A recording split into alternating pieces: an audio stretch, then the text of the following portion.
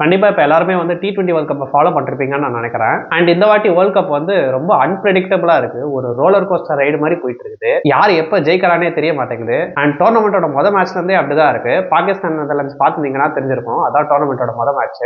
First Pakistan ஈஸியா ஜெயிக்கிற மாதிரி இருந்தது. அதுக்கப்புறம் வந்து நெதர்லாண்ட்ஸ் ஈஸியா ஜெயிக்கிற மாதிரி இருந்தது. அதுக்கப்புறம் திரும்பி பாகிஸ்தான் ஜெயிச்சிட்டாங்க. அண்ட் இந்த வேர்ல்ட் கப்ல பாத்தீங்கன்னா வந்து அசோசியேட் டீம்ஸ், அதாவது இந்த சின்ன சின்ன டீம்ஸ் எல்லாம் வந்து நல்லாவே பெர்ஃபார்ம் பண்ணிருக்காங்க. ஃபார் எக்ஸாம்பிள் வந்து ஃபர்ஸ்ட் மேட்ச்லயே நம்ம பார்த்தோம், பாகிஸ்தான் நெதர்லாண்ட்ஸ்ல வந்து நெதர்லாண்ட்ஸ் சூப்பரா ஆடி இருப்பாங்க. அதாவது தோத்துனாலும் சூப்பரா ஆடி இருப்பாங்க.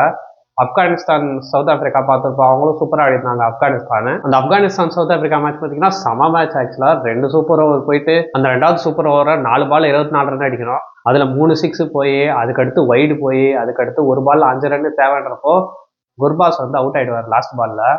அது வந்து ஒரு ஹார்ட் பிரேக்கிங் மூமெண்ட் ஆப்கானிஸ்தானுக்கு. ஆனா செம மேட்ச். இப்போ இன்னைக்கு வந்து ஜிம்பாப்வே ஆஸ்திரேலியாவில் வந்து ஜிம்பாப்வே ஜெயிச்சிருக்காங்க. அண்ட் நேபாள் வர்சஸ் இங்கிலாந்துல வந்து நேபாள் கூட வந்து ஒரு டஃப் ஃபைட் கொடுத்துருப்பாங்க. அண்ட் அந்த குரூப் சில பாத்தீங்கன்னா இட்டலி வர்சஸ் நேபாள் மேட்ச் நீங்க பாத்துருப்பீங்களான்னு தெரியல. அதுல வந்து ஆக்சுவலா இட்டலி ஜெயிச்சிருப்பாங்க. அதுல வந்து ரொம்ப ஈஸியா ஜெயிச்சிருப்பாங்க. ஒரு 120 மாதிரி என்னமோ சேஸ் பண்ணணும். அதை வந்து 13th ஓவர்லயே வந்து முடிச்சிட்டாங்க. அதுவும் ஒரு விக்கெட் கூட விடாம. அண்ட் அந்த குரூப் சில பாத்தீங்கன்னா வந்து இட்டாலிக்கு வந்து இன்னும் 2 மேட்ச் இருக்கு. ஒன்னு இங்கிலாந்து கூட, இன்னொன்னு வெஸ்ட் இண்டீஸ் கூட. சோ கண்டிப்பா வந்து இட்டாலி வந்து இந்த 2 டீம்ல ஏதாவது ஒரு டீம் தோக்கடிக்கும் நான் நினைக்கிறேன் பர்சனலா. அண்ட் நீங்க என்ன நினைக்கிறீங்கன்னு சொல்லிட்டு கமெண்ட் பண்ணுங்க. எந்தெந்த அசோசியேட் டீம்ஸ்லாம் வந்து அடுத்த ஸ்டேஜுக்கு, சூப்பர் 8 ஸ்டேஜுக்கு குவாலிஃபை ஆவாங்கன்னு சொல்லிட்டு கமெண்ட் பண்ணுங்க.